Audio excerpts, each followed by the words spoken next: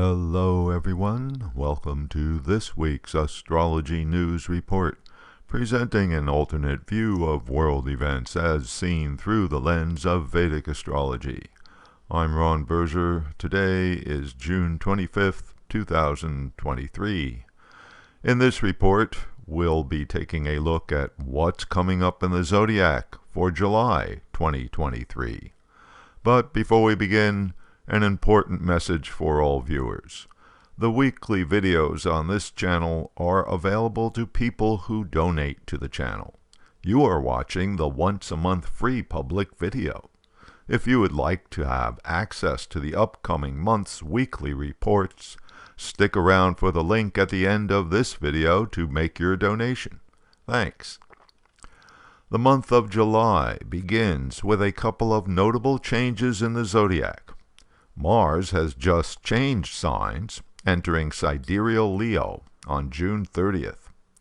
Less than 4 degrees behind Mars, Venus follows Mars into Leo on July 6th. Thus, the Venus-Mars conjunction, which began in sidereal Cancer during June, now resumes, but this month it's in Leo. In Vedic astrology, Mars and Venus are considered enemies. Their natures are totally different. Mars is the planet of force and aggression. Venus is the planet of compromise and agreement. Mars represents conflict. Venus represents peace and harmony. The problem is, Mars is the stronger of the two planets. Venus and its significations get overwhelmed by the force of Mars. Mars has been conjunct Venus in Cancer all through June. Mars with Venus is the two gender planets together, which creates a lot of heat, excitement, passion, and drama. This is even more pronounced in an emotional water sign like Cancer. One recent example of the Mars-Venus drama was the short-lived mutiny of Yevgeny Prigozhin, leader of the Russian paramilitary organization, the Wagner Group. Prigozhin and his forces even went so far as to take control of Rostov, a city of 1 million people, which is the logistical Russian military headquarters for the war in Ukraine. Prigozhin and his forces were heading north towards Moscow when a last-minute deal was reached, and the rogue forces turned around. During July, the Mars-Venus combination is happening in Leo, so the significations of Leo get involved.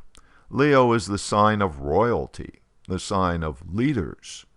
Since Leo is egocentric, prideful, and willing to take risks, Mars is the planet of haste and impulse. A Mars in Leo transit can result in action based on ego that later turns out to be regrettable. Mars in Leo is strong. The planet of force in an action-oriented sign means taking decisive action as a way of dealing with things. But Mars can be coarse, impatient, and unfeeling, and therefore leadership during this transit tends to be harsh. Mars is the energy planet. In an individual's chart, Mars adds its aggressive energy to the house it transits in. Here's an example: Donald Trump. He is Leo rising, and he's born with Mars in the first house, close to his ascendant degree. The transit of Mars in Leo during the next 6 weeks will make Trump even more combative, more dramatic than usual. Likewise, in a country's chart, the transit of Mars energizes and creates more aggressive actions connected with the house of the chart that Mars is transiting in. So, for the USA, the sign Leo is the 9th house, which is the house of laws, courts, judges, and the Justice Department. Since the Supremes are going to be on recess during this transit, we can expect that the aggressive action will be coming from the DOJ. I wonder who that could be. Another thing about Mars transiting in Leo is that on the other side of the zodiac, directly opposite in Aquarius, is Mars's enemy, Saturn. These two will be in mutual aspect, in other words, directly influence each other, after the middle of July. The exact opposition will be on July 20th. The fact that Saturn is now retrograde makes the planet of resistance even stronger. Mars, the planet of action, is aggressive and wants fast results. Saturn, the planet of harsh realities and delay, insists on caution. These two irritate each other and create a lot of tension and stress when they interact, and therefore, on general principles, it's better to avoid the latter part of July for important endeavors. But what about Venus?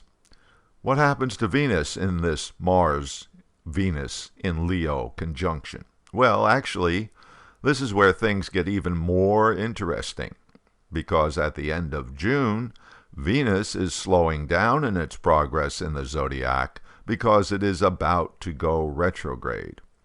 By the time Venus enters Leo on July 6th, it is moving very slowly.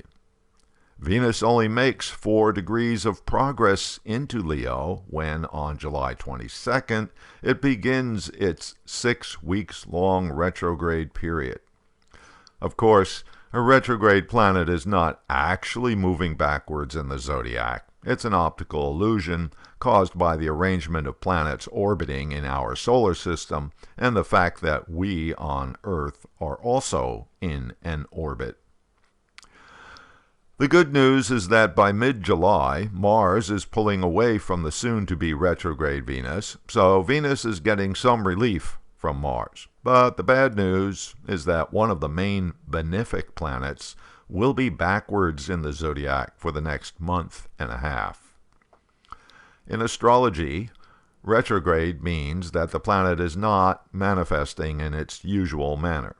Also, since the planet is going back to a previously traversed sector of the zodiac, there is the general flavor of going back to the past, or going back over something. In the case of Venus, this means that since the planet of romance and relationship is going back to the past, people are reconsidering relationships.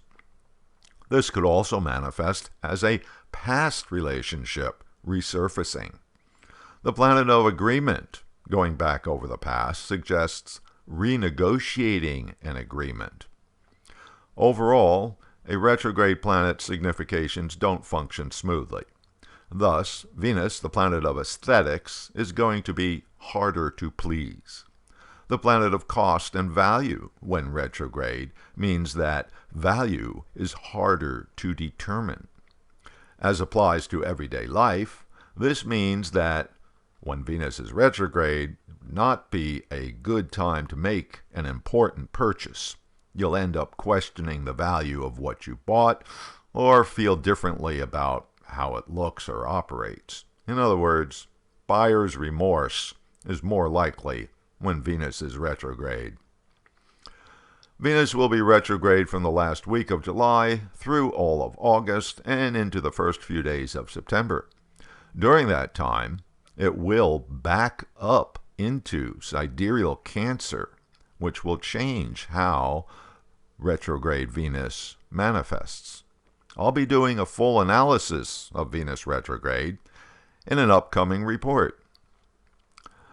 As for other planetary changes in July, Mercury, planet of communications, and therefore the media, and therefore messaging, begins the month still in Gemini, its own sign, the sign of data and information and media analysis. Gemini is the information junkie of the zodiac, a sign that likes talk and debate for its own sake. So, this is a tailor-made combination for media pundits speculating. But after just a week, Mercury changes signs just barely 24 hours after Venus enters Leo. Mercury enters sidereal Cancer. This is a big change for Mercury. Gemini and Cancer are totally different. Cancer is based on emotions.